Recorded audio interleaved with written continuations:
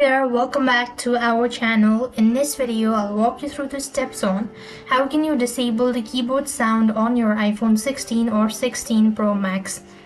In order to disable the keyboard sound, you simply want to make sure to watch this video right till the end. First of all, you have to navigate to settings on your iPhone.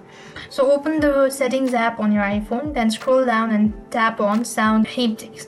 After which you simply want to scroll down further and tap on. Then what you want to do is locate the sound, toggle and turn it on.